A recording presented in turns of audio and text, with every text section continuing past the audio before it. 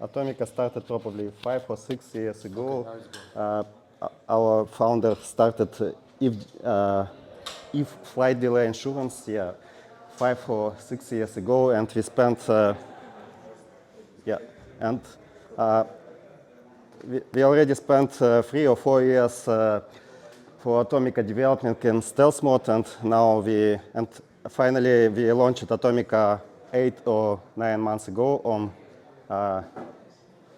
Istanbul DevCon, so it's like a newborn baby now. And what is Atomica? You can think about Atomica as a Uniswap, but for Web3 risk and insurance. And we can also bring some real risks, like crop insurance from real life. Maybe anyone is buying insurance from Nexus Mutual, Insurance. How is your experience, guys? I mean, if you're familiar with Nexus Mutual or Insurance,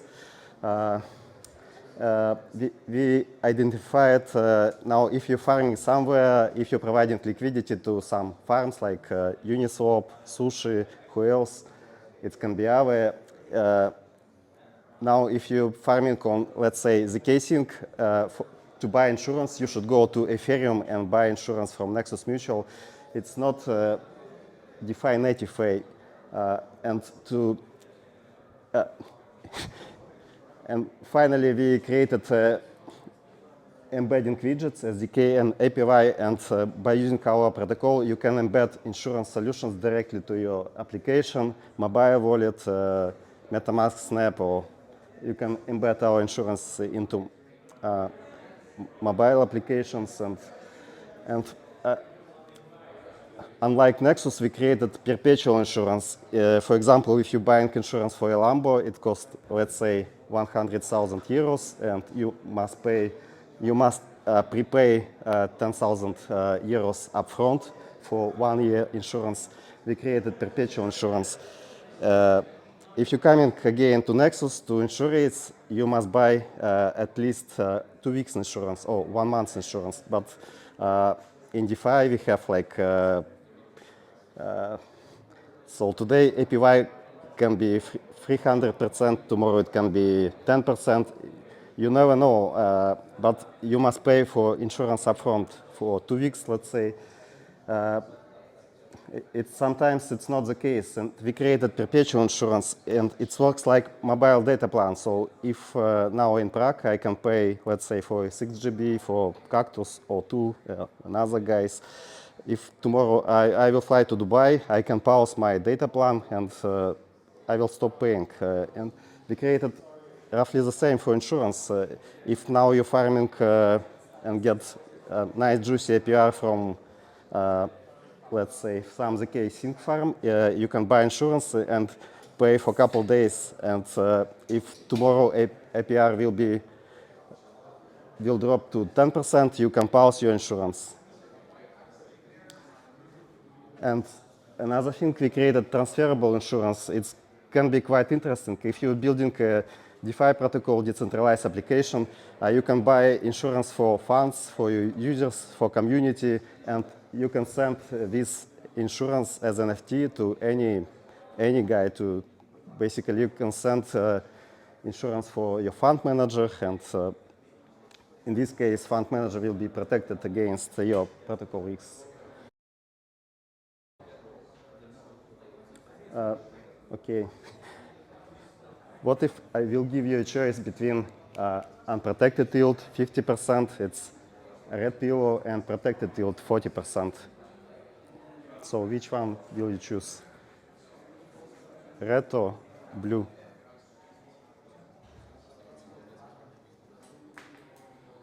Okay, it's too complicated. So we discussed it with a few funds and fund managers and market makers, always looking for protected yield or risk-adjusted yield. So as a fund manager, I will calculate. So I will take a raw APR and I will calculate insurance cost or hedge cost, and finally I can compare risk-adjusted APR with is it interesting for me oh, not interesting.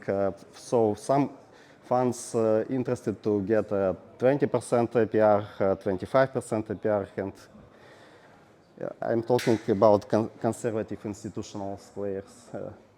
And let me guide you through some use cases. So it's standard use case about Arbitrum ecosystem. So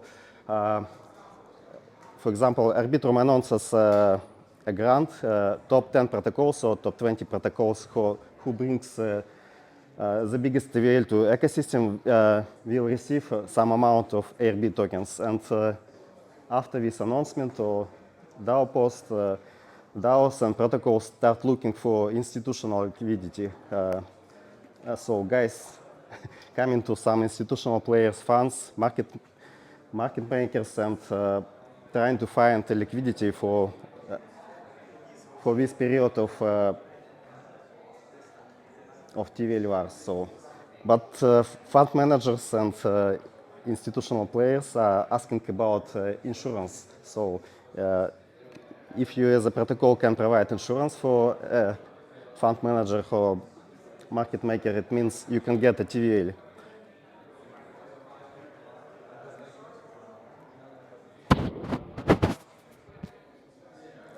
And maybe nice point here, some funds and fund managers agree to hedge only 20-30% of position because many guys using some anti-fraud systems, Web3 real-time anti-fraud systems, and guys can protect position against hacks and bugs. And use case number 2, I can say it's Agena Finance. So team of developers spent $900,000 for audits and security services. But actually guys started looking for liquidity for TVL and identified, so previously team spent a ton of money for audits and security services, and some funds agreed to provide 20 million liquidity, but these guys again asked for insurance, and Agena Finance tried to get insurance from Nexus, InsureRace, but these guys are not agreed to provide insurance because it's brand new protocol and it's not battle tested. So, and finally, fund managers decided to decrease allocation up to 1 million. It's, you can see the difference between 20 million and 1 million TV. If 20 million insurance will be available after start, guys will reach a height just after start.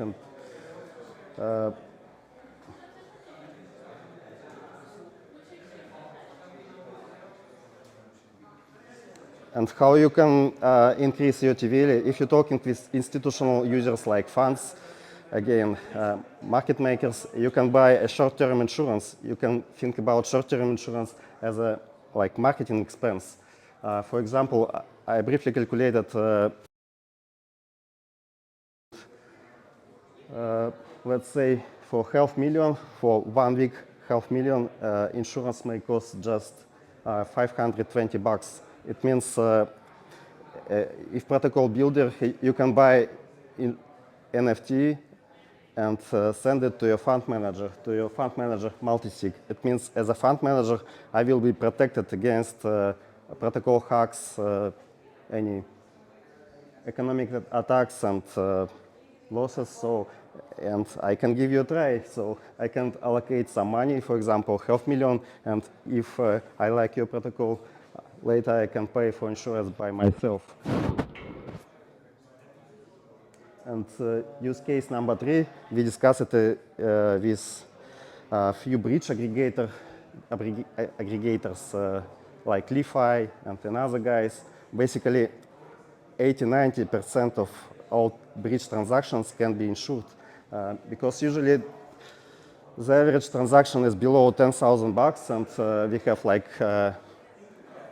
short risk time. It's about 5-10 minutes, and we can protect,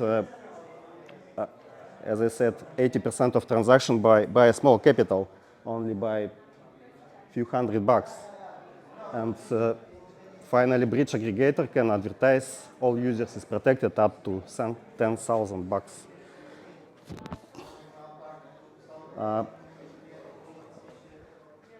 Okay, let's play with numbers. So, for example, transaction volume was about 2.5 million, and 30-day transactions was about 300,000, and we got average transaction size, it's just 1,000, and protocol fees was about 600, yeah, 5,750, and we can calculate what we can do, how we can increase user base, how we can increase turnover for bridge aggregator.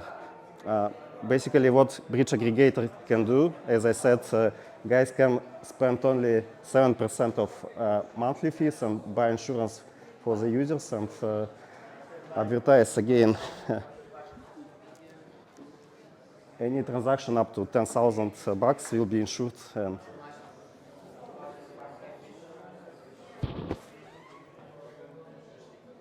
And unlike Next, as I said before, we have a lot of widgets, APIs, SDKs, and our insurance can be embedded into Web3 application. For example, it's a prototype for quick swap.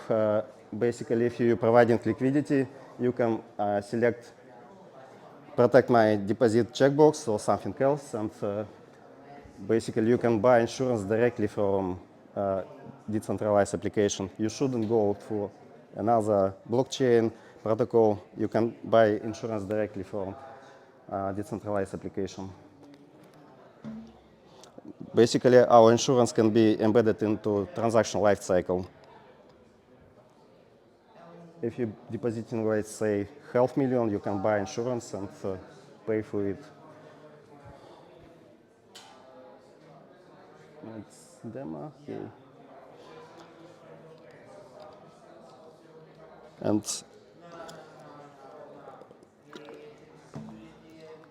we also building safety model as a service. If you're familiar with our protocol, our has a safety model. Basically, our holders can stake our tokens, our stablecoin like GHO or couple another tokens into our safety model. So these guys takes risk but get some rewards. And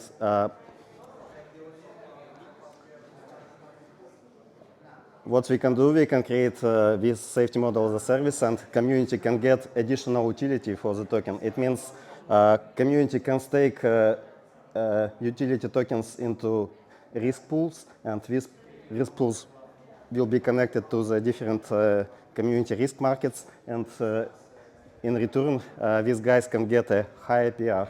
So what we can, I will show the results.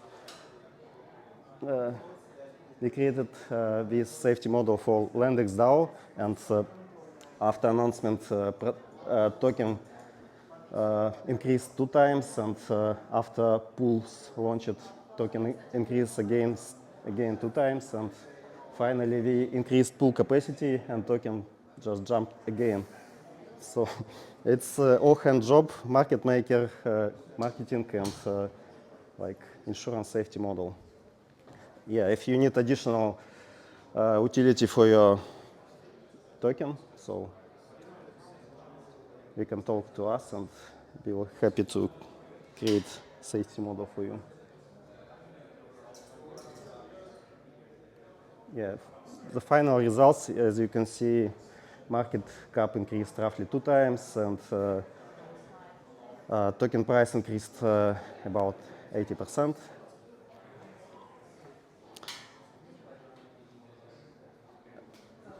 And again, one of the main KPI of Lendex community was to reduce sales pressure for the native governance token, and I think we successfully achieved this KPI. And I think that's it from my side.